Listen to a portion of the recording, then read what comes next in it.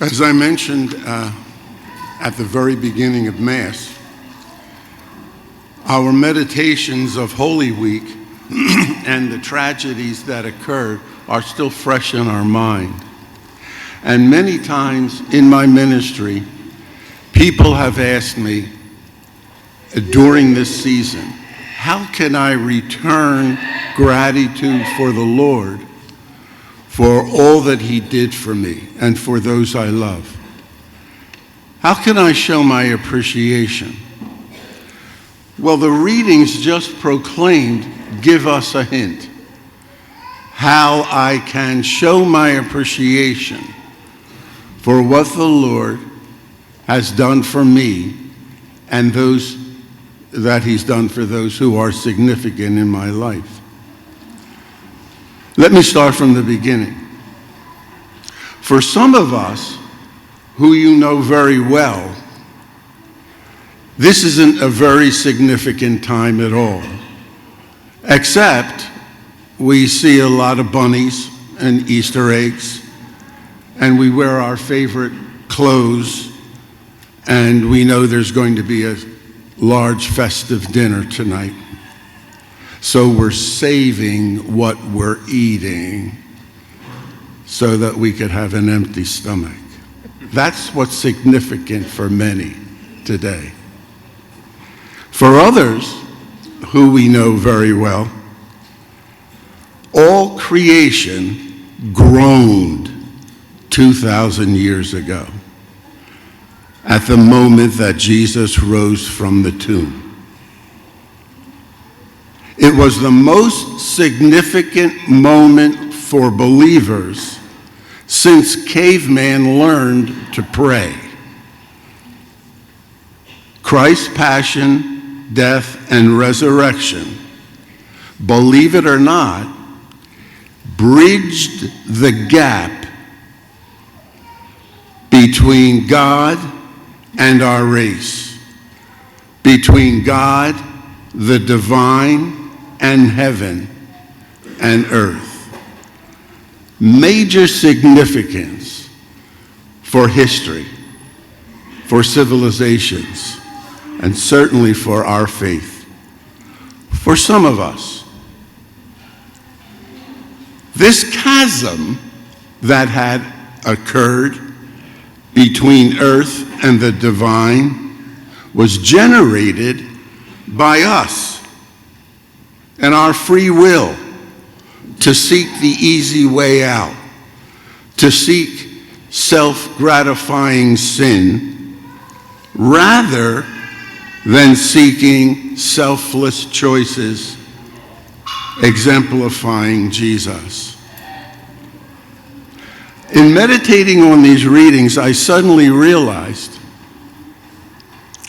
that the apostles and their disciples didn't actually see Jesus rise from the dead.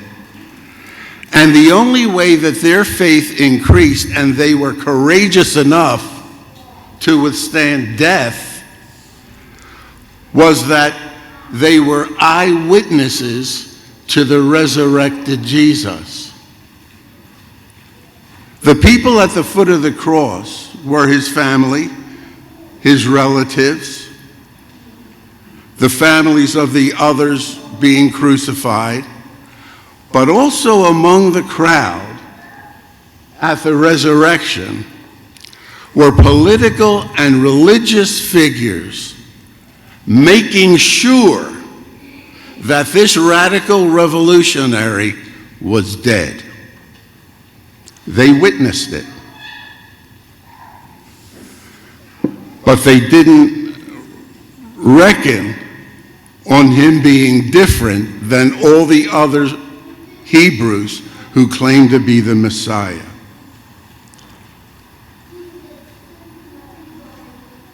That's what gave the apostles and their entourage and the ancestors in faith the courage to exemplify and proclaim to the world, and thank God to our ancestors, who the risen Christ actually was And because of the church and the sacraments, we were given a taste of the divine.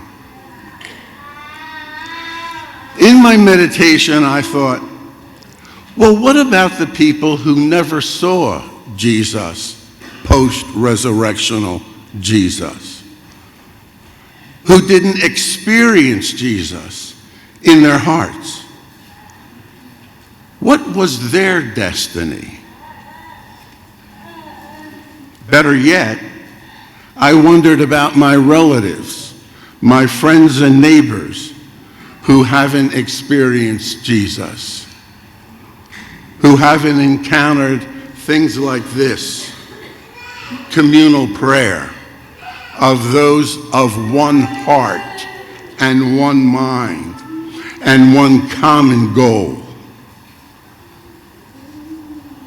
What is it like for those who never experienced the hospitality of this sacred place, St. Norbert Parish, and its staff and its lay ministers, who made such liturgies such as you are about to experience? Or what about my relatives and friends, your relatives and friends, who, like 2,000 years ago, had no relationship at all with Jesus or his church, or to this day have no aspects of a spiritual life? What's their destiny?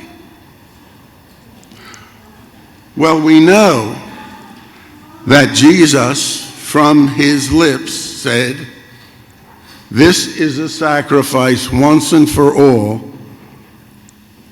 for everyone, even those you can't stand." Their name was in his heart. Today's feast challenges us to ask such personal questions such as these, to look and see what assumptions we have about faith and Christ and Christianity, and to check out our deepest motivations of why we are practicing Christians and why we aren't. Do I frequently allow Jesus into my life? Do I really try to let Jesus know who I am, what I'm feeling, what I long for? Do I want Jesus to help me with my addictions, my personal preferences? How repeatedly do I communicate with Jesus? How often do I make time for Jesus? Do I want Jesus to be my best friend? Do my actions support that belief that I want him to be my best friend? You know, your intimate relationships are reinforced through communication and time spent together. And your intimate relationships are strengthened by you striving to do the best you can for your beloved. Is it the same with Jesus? That's how you return appreciation. That's how you do it. Do I share my love of God and offer the hospitality of this parish to others? Our first reading, Acts chapter 10, Jesus commissioned us to preach to the people and to testify and witness that he, this Jesus, is the one appointed by God. Do we do that? Catholicism is a verb. It's an action word. It's not some Catholicism. Christianity is missionary by its origin. Do I share my spiritual joys with others? Our responsorial Psalm 118 says, I shall not die, but I'm going to live because the Lord has instructed me to declare his words and his works. Do you do that? By word, decision, relationship, and example. Do I share with others the blessings I and my loved ones have received, my prayers answered? The third reading from Colossians says, you are a chosen race, a blessed people. You are saints of God. The third reading goes on to say, may Christ's message in all of its richness find a home within you, so that you may teach others, advise, and witness to each other Jesus' dream. That's how you return appreciation. That's what Easter is about. Our words and our actions probably won't, toward others, probably won't have the repercussions of the apostles and the evangelists and the famous missionaries of our world in bringing people back to church, in bringing people back to ask these personal questions. But our efforts to do so bring others back. Our reasons and our motivation, if they are from the heart, even an animal can sense when we are loving them. I'm not talking about controlling others to your opinion. I'm not talking about manipulating others to follow your beliefs. I'm talking about heartfelt example, heartfelt evangelization. These efforts, in return, will invigorate our spiritual renewal, will open my heart even more to others, even those I don't like. If it is Jesus in me, nothing is impossible for me.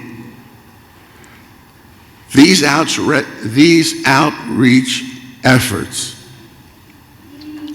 of self-emptying of myself and sharing what I believe with others will fill me up with God's presence, his grace, his courage, his wisdom. That is what Easter is all about. That's what Easter is. I'm going to give you a special blessing. And this is from my heart. Fill us, Lord, with your sanctifying grace, till all of this earthly part of us glows with your divine fire.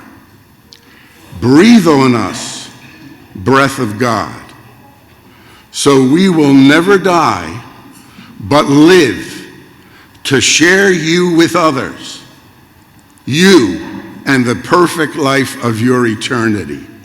Please breathe on us, breath of God. Breathe on us, breath of God.